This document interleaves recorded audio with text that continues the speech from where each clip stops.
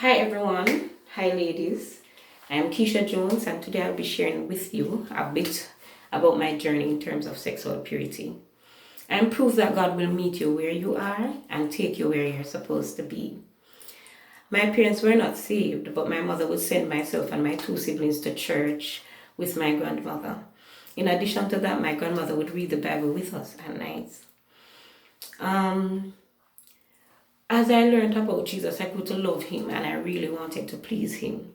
And so, in my little immature mind at that time, I decided to strike up a deal with God.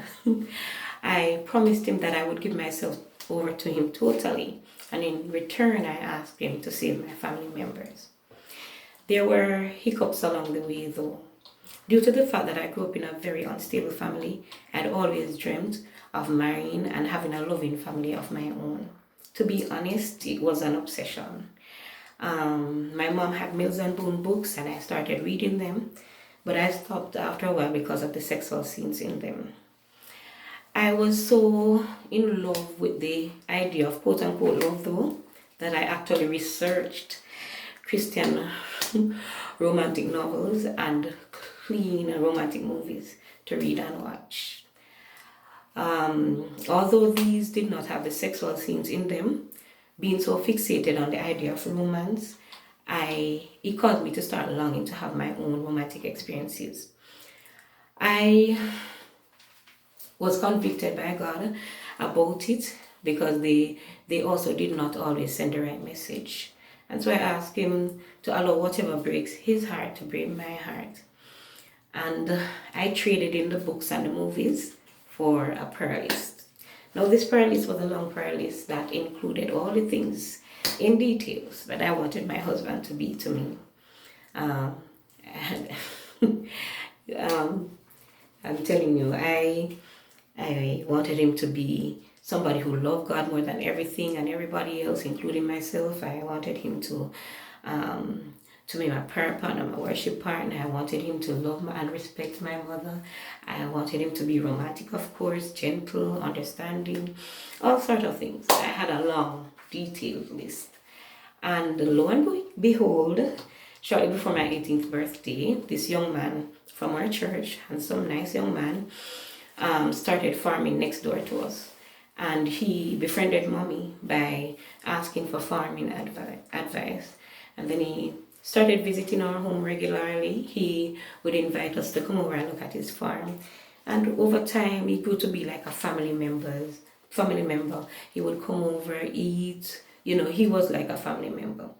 He started confiding in me that he had backslidden because his girlfriend had broken his heart. And later after that, he started telling me that he loved me. To be honest, apart from the fact that he was 10 years older than me, he seemed to be everything. The perfect gentleman I had been praying for. He seemed to match my prayer list. And so I had started liking him too.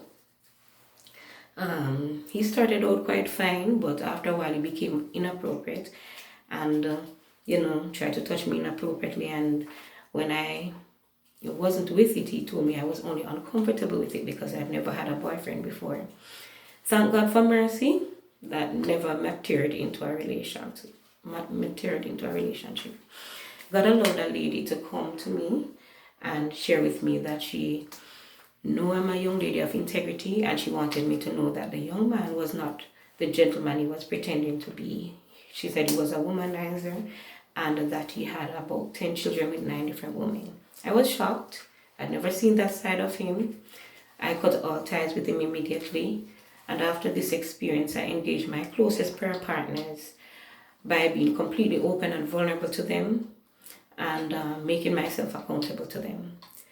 As I grew older though, persons in my family, church, neighborhood started telling me not to wait too long to have children, to find somebody and have children.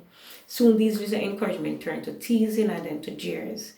After a while, I got to a point where I felt victimized. I was very fed up. I was being pushed by persons I loved and even persons that I looked up to find somebody and start a family so that I wouldn't end up miserable and lonely. As the eldest of three children, I was told that I was wasting time because my siblings both had a relationship, and by that time my sister already had a child. Most of my peers in my circle either had children, were in relationship, or were married. And so,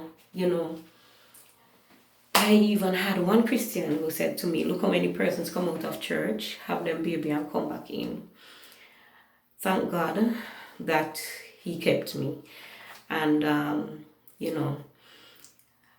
it was a time when I really felt like an outsider, an outcast. I just didn't fit in.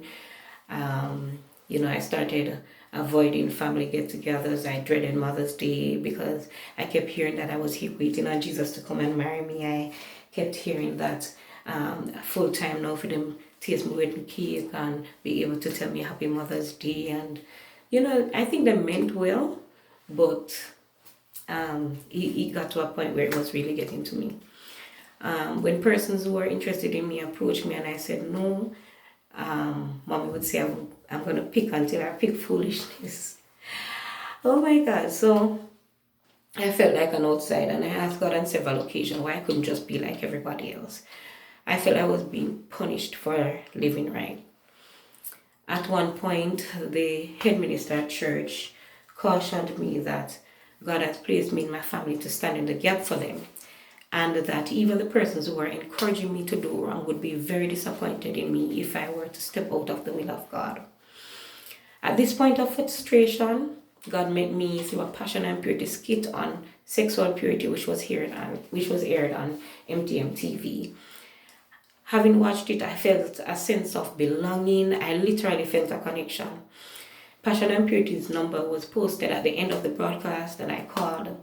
Through the movement's discipleship, I've grown to where I'm comfortable being single, and if it's the will of God for me to marry, I'm okay with it, but I will only do so in His timing and according to His will.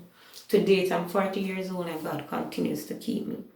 Let me quickly point out to you that the Lord allowed me to see what He saved me from. The young man who was pursuing me had quite a number of children enrolled at my school at the same time.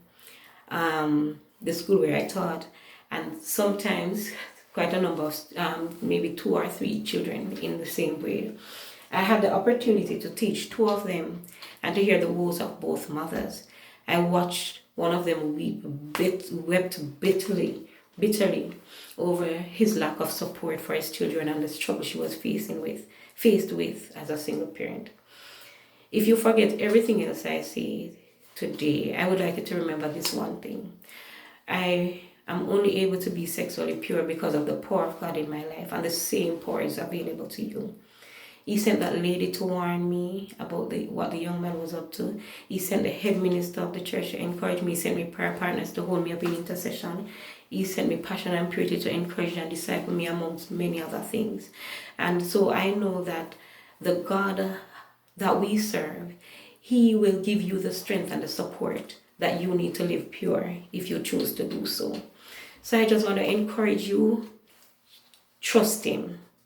Don't lean on to your own understanding, because sometimes where we falter is when we start saying, God, I don't see how I can do it.